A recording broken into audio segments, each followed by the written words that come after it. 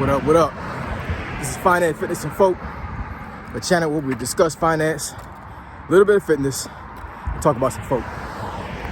So hopefully I'm able to talk right, because it's kind of cool out here. There's some type of cold front is coming through here, and I was working out in 30-mile-an-hour winds just now. So I was able to push through, literally, having the wind to my back sometimes, and my lips are kind of cold or whatever, so I'm gonna try to speak as clearly as possible, because what I'm about to talk about is very, very, very important. Very important. This could save somebody. Like, it could really save somebody. So listen up, here you go. So today we're gonna talk about 3 things you can do in case you're in threat of foreclosure. So I know that there's a lot of folks out here that they're in threat of foreclosure because, you know, some of the programs they had going on during the pandemic have ended, and these banks want their money, y'all. They want their money, and it's a very, very, very scary thing to have a home and then be at risk of losing it, because losing your home can destroy your credit. And I'm not saying you can't come back from a foreclosure. I'm not saying that at all. I've seen plenty of folks in person and on the internet that have, you know, come out of foreclosure, but it is extremely difficult. Extremely difficult. There are folks to this day that are still messed up from 2008 when they went into foreclosure. Now, how long ago that was? That's a long time, y'all.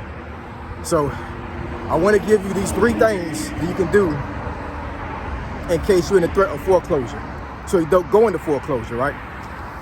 So, number 1, and I think this is probably the most known best case scenario, is ask for a forbearance. So forbearance pretty much is you telling the bank, hey, I cannot pay my mortgage at this time due to, whatever, due to COVID, due to job loss, illness, whatever the case may be, right? So the mortgage company will allow you to pretty much stop your payments on your mortgage for whatever time they give you. Sometimes it may be 3 months, sometimes it may be 6 months, who knows? You just have to talk to your mortgage lender and just see exactly how long they're going to allow you to be in forbearance. Now, there are some mortgages or banks that will allow you to push those payments you didn't pay to the back end of your mortgage. Now, that right there is absolutely excellent if you're able to have that done. But what I will say is there are a lot of banks or mortgage companies that do not do that. They'll put you in forbearance, but then they'll, once the forbearance is over, they will pretty much tell you, hey, you got to pay all this at one time. Now, obviously, if you went into forbearance, you could not pay in the first place. So for them to ask for whatever you didn't pay up front before you can actually get back on track, that's absolutely insane. But banks want their money, and there are laws in place that protects them and allows them to do these things. So if you go into forbearance for whatever reason, I would suggest that you at least try your best to put money away so you don't get too much in a hole. And you ask that mortgage company, hey, can I push these payments to the back of my mortgage, or do I have to pay them all up front once my forbearance is over? You need to know that, just in case you don't put yourself in a situation to where you're just out of luck and you just can't pay, and then you're in a worse situation than you was in before, right? And that's one option you have is forbearance. The second option you have is what's called a loan modification. So a loan modification pretty much means that, I'm gonna try to explain this as clearly as possible so it's understandable.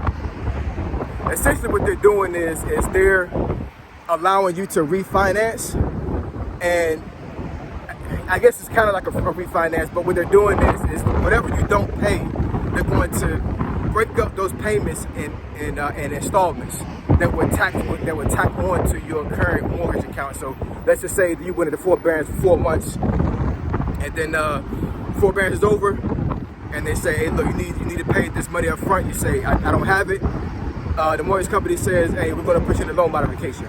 So what they'll do is that they'll break those 4 payments you didn't pay into installments to tack on to your current mortgage. So let's just say your mortgage is $1,000 a month before you went to forbearance, and you missed 4 months.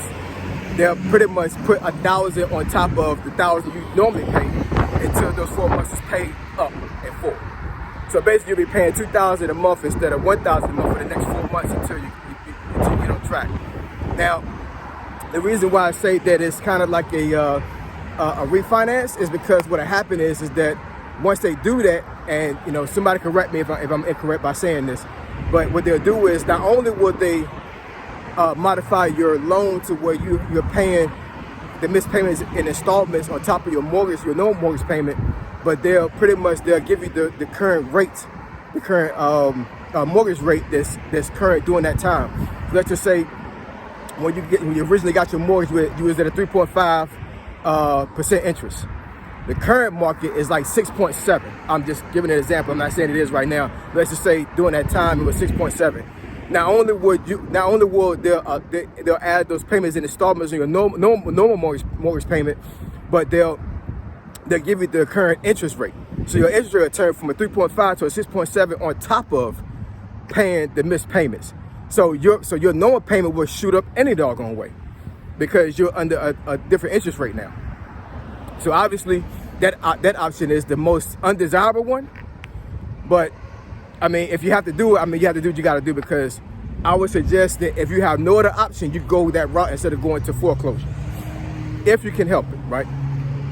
Number 3, last one I have for you, is mortgage assistance.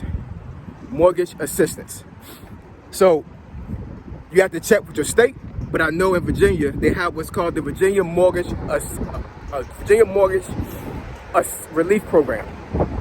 Virginia Mortgage Relief Program, or if you Google Virginia Housing Assistance Program, it should populate.